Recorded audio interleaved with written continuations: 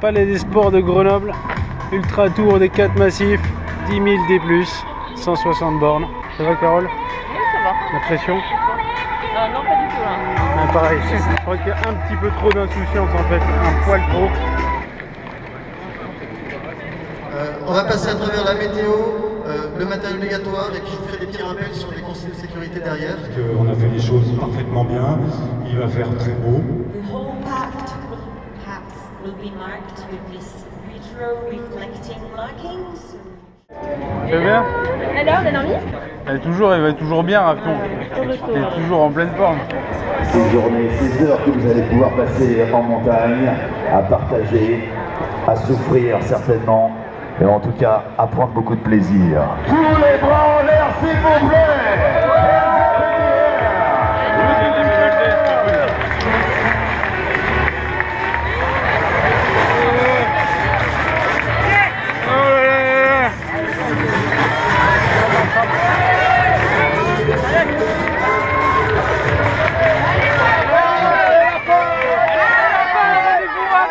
Merci.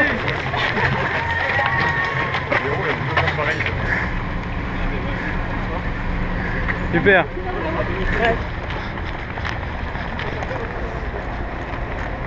Le trailer devant nous, il a 2 arcs. Je crois qu'il va chasser. On commence à s'attaquer à quelque chose là, on dirait, Carole. Ça fait combien de kilomètres là? Bientôt 13. Donc bientôt le premier ravitaillement. Ouais, c'est ça.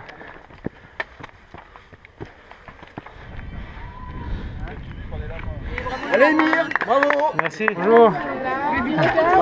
De l'eau, s'il vous plaît. Ça va, Rafion? Plaisir de l'eau pétillante, s'il vous plaît. Non, je crois pas. Tu fais tout et c'est la première fois que tu Un fais si des gros, silos, non, sinon c'est la première fois, ouais. Alors chapeau si tu tiens jusqu'au bout avec ça. Mais en tout cas tu On va essayer. D'accord. Alors les amis, Jérôme de la marque Zoomin de Trail est avec nous. Je vais demander Jérôme si tu peux nous présenter la marque en 20-30 secondes. Bonjour à tous, donc Jérôme, fondateur de Zoomin, marque de trail running française qui se veut fonctionnelle, esthétique et éco-responsable. On fabrique le maximum en circuit court, comme les petits légumes que les lapins mangent tous les jours, qui viennent du jardin à côté. Et aussi de faire des vêtements de trail le mieux possible.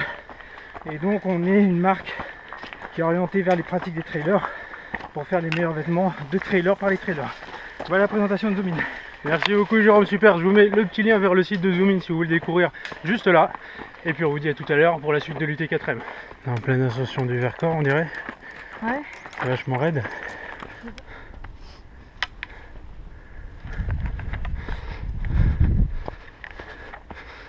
Enfin, on commence à arriver en haut du Vercors là, premier massif à traverser. C'est vraiment magnifique là.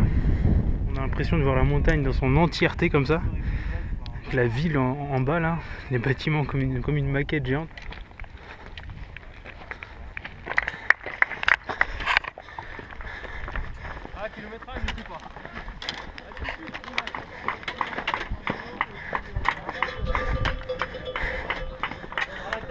Super. Allez, excellent hein. Ta musique fonctionne pas très bien.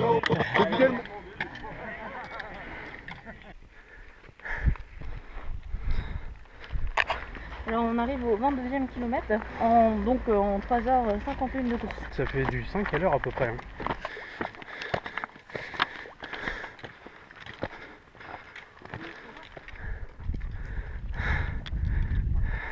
Tu vois ces paysages? C'est beau quand même, c'est assez incroyable. Hein. On monte énormément et on le voit pas très bien. On se rend pas compte en fait à quel point c'est raide à la GoPro, c'est assez dommage.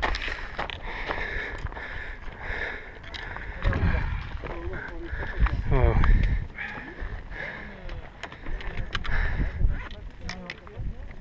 Et toujours les vues sur Grenoble.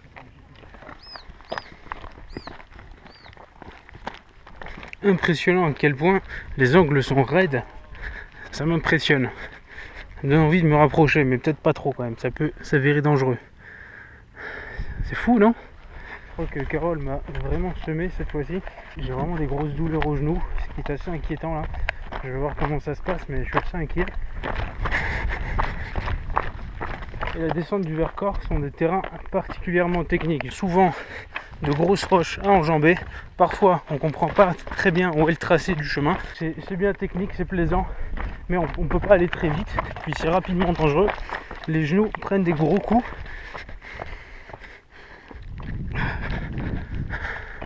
Ça me fait penser à la TDS. En montée c'est extrêmement raide, ça ne permet pas vraiment de courir puisqu'il faut y aller plutôt avec les mains, ou alors les mains sur les genoux, la marche trailer. Ou bien en descente c'est également vraiment raide. Il y a très souvent de très gros cailloux qui permettent pas de savoir à l'avance où est-ce qu'on va pouvoir mettre le pied ensuite. Du coup ça force à ralentir si on veut pas avoir le pied qui glisse ou ne pas voir le prochain appui. Donc pour aborder ce genre de terrain en courant, il faut avoir vraiment des genoux.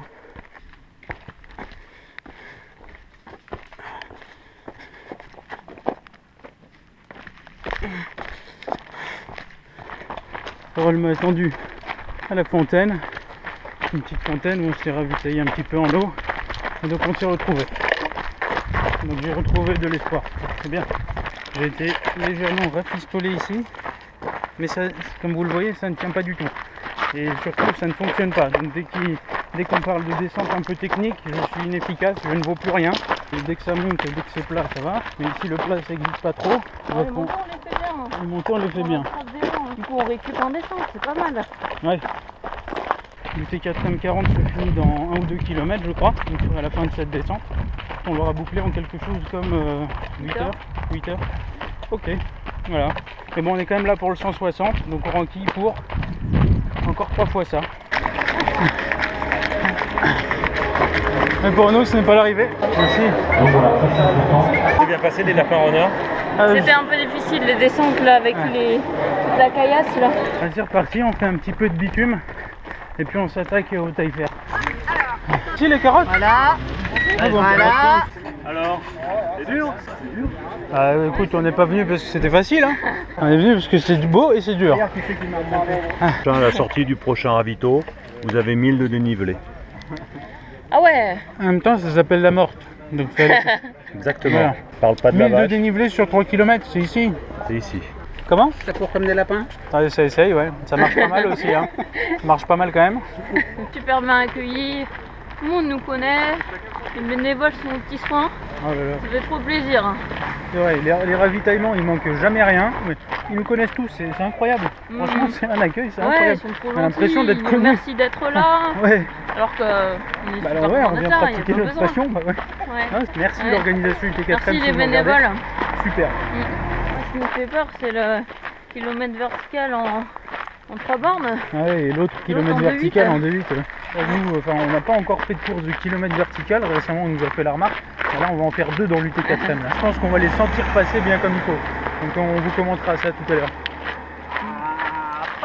Hey, ça va? Ouais, nickel. T'as un petit mot pour nous? On cavale pas mal les deux lapins. Un lapin lapin. C'est gentil. Bon courage à toi. Ça y est, c'est la nuit, ouais. Ils tombent les frontales. Parce C'est qu'on ça. ne voit plus grand chose. Et donc ça fait quelques kilomètres qu'on a rencontré Pierre. Et donc ça ça se passe fait super bien. Ça se passe super bien, c'est cool. Bonsoir. Vous remplissez les camelbacks ici, allez au retour maintenant. On commence à gravir le massif de Taillefer pour aller vers le point culminant. Et on en est au kilomètre vertical. C'est parti, je viens de me ravitailler pour l'équivalent de 4200 calories. Donc je pense que là, ça va le faire. Ça paraît vraiment extrêmement haut, les petites frontales qu'on voit là-bas. Nous sommes à 700 mètres sur le kilomètre vertical.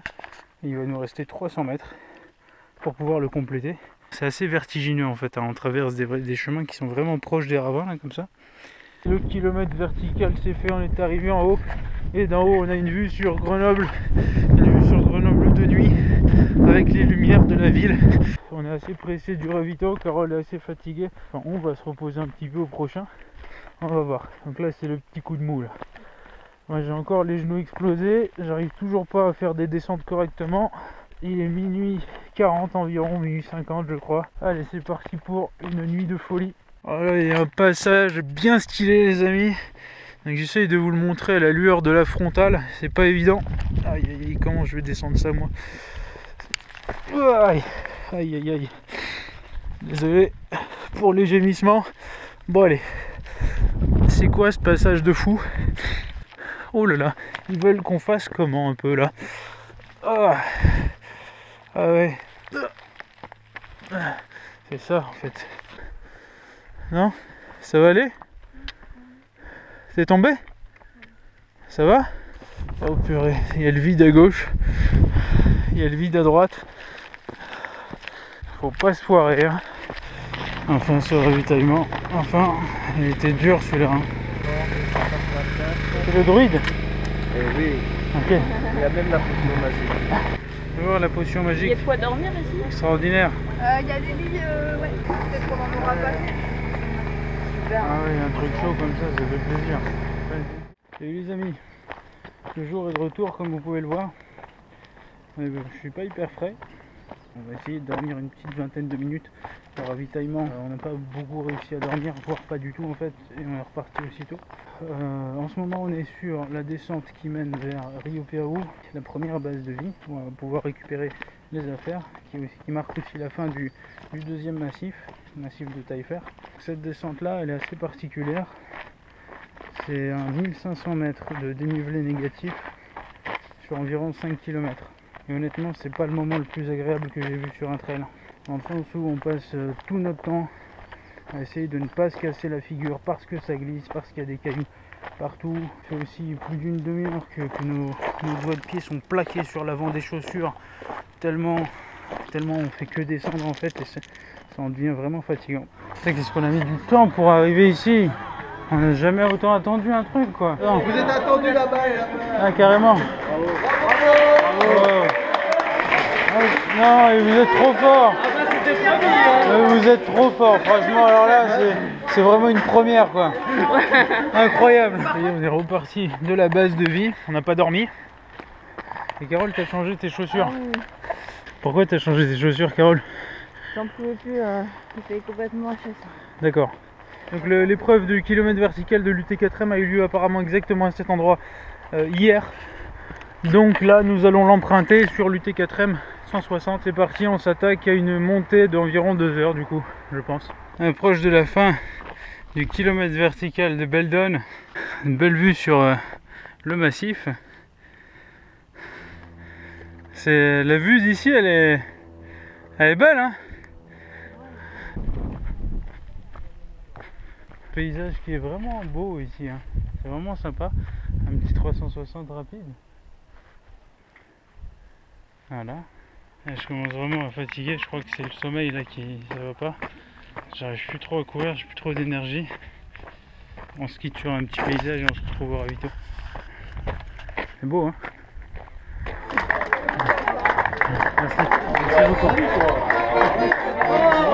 Super. Génial. C'est beau hein. Oh. Ah c'est beau ouais. Super ça. Bon, on sort du ravitaillement, je sais pas comment il s'appelle, la Croix je crois. On a fait une petite sieste de 20 minutes, c'était vraiment cool. Donc là ça recharge les batteries. On a également trouvé un médecin, il m'a dit tu finiras pas, il m'a dit ça. Du coup je le remercie beaucoup parce que maintenant du coup j'ai envie de terminer. Donc c'est pour ça que je remercie beaucoup toujours les médecins de me demander toujours d'arrêter la course, etc. C'est bien, ce qu'on fait là, on court comme toi. Et toi, qu'est-ce que tu fais ici? Tu cours non? Je pensais pas vous rattraper déjà, ça va? Ça va et toi? Oui. Très beau paysage sur ce troisième massif, la partie Beldon. C'est mon préféré pour l'instant. Je trouve toujours la nature impressionnante dans ces moments-là où je vois d'aussi belles choses. Allez, encore un petit peu de paysage sur Beldon, on a des choses à voir, donc on ne se prive pas. Allez, regardez, on passe à côté d'un petit lac sympathique. On marche sur un grillage, voilà comme ceci.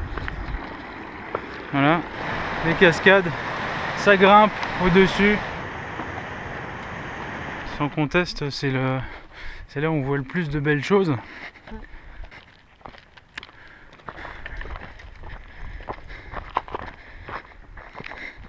Ah, elle m'impressionne assez cette montée en face, hein. Je crois qu'on s'en aperçoit pas à la caméra, mais on voit des petites fourmis qui montent là le long du gros rocher là-bas, qui sont en fait des trailers.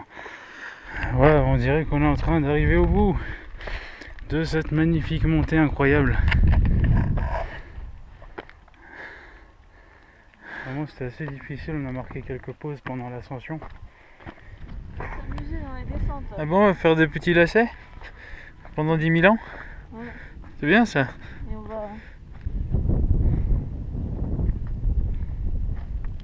C'est encore une descente qui va nous prendre 2 heures. Il faut s'accrocher, il faut aimer la descente. J'avoue que je sais pas comment on se lance avec vitesse dans ce genre de choses. Ça y est, la deuxième nuit qui est tombée, deuxième nuit sur cette UT4M. Et ben ça y est, finalement, ce Saint-Nazaire, le voilà. Ouais, repas chaud ici. Vous cherchez à boire, à manger, à tout ça, vous cherchez des gens. 22h27, donc on quitte la base de Saint-Nazaire. Nous on a pu récupérer un petit peu, on a mangé un petit peu. Et là donc on se lance sur la dernière ligne droite, le massif de Chartreuse, n'est-ce pas? Il est bien ton encas nocturne, Carole? Franchement, petite pastèque à 2h du matin, ça fait plaisir. C'est qui je suis? Dis-moi. Je suis Romain la pastèque. Si vous arriviez là, hein, chapeau Oh. Merci beaucoup. Merci. Merci beaucoup. Il fait de nouveau jour, nous sommes dimanche. Nous arrivons au fort de la Bastille de Grenoble. Hop. Les escaliers, aussi simples soient-ils, sont devenus dangereux.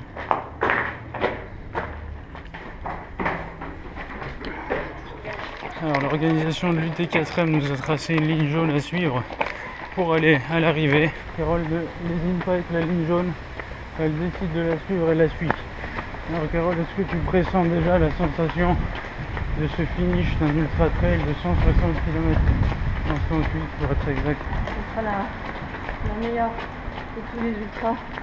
Tellement elle a été longue cette épreuve. On n'a jamais fait autant de sport pendant autant d'heures. C'est quand même très fatigant. On a dormi 40 minutes en l'espace de 51 heures quoi en fait. Hein. Ouais, exactement. On court, on avance 24 heures sur 24 et on sort de la notion du temps. Il n'y a plus de... Il est quelle heure? Il n'y a plus de... Petit déj, plus de déj. C'est ça. Plus de convention, de repas, de rien. On est dans l'UT4M, on est dans l'épreuve, dans l'ultra. Et nulle part ailleurs quoi. Ah là là, ça va être un moment de délivrance. Oh, après autant d'heures passées en montagne.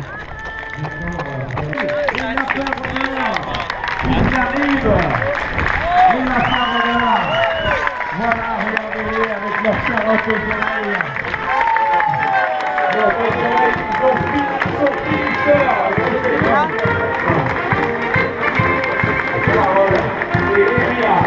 Vous êtes nos mascottes, hein.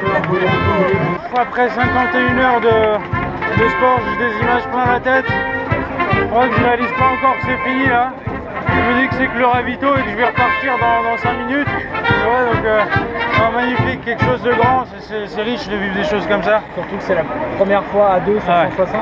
Exactement. Moi je pense que le plus beau souvenir ce sera d'avoir fait ça vraiment avec Carole, parce que ça soude vraiment de vivre un truc aussi énorme ensemble avec une personne.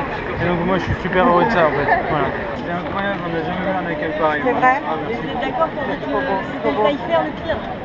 Ah ouais. Ah oui, j'adore beaucoup taille-fer, on a plus de nuit. On tape Chartreuse et taille-fer de nuit. Allez, les dents. On voit pas les côtés positifs qui est, c'est beau. Et en revanche, on voit la technicité parce que du coup, tu as les yeux rivés sur là où tu fous les pieds, tu vois. C'est pas évident de les apprécier en fait. Elle a eu un petit coup de baisse là. Ouais. Ah ouh là, Je viens d'envoyer un médecin qui va juste checker que ça va bien. Ouais. D'accord. Ouais, merci. Ouais. Julia Anne France, Isabelle Gambard.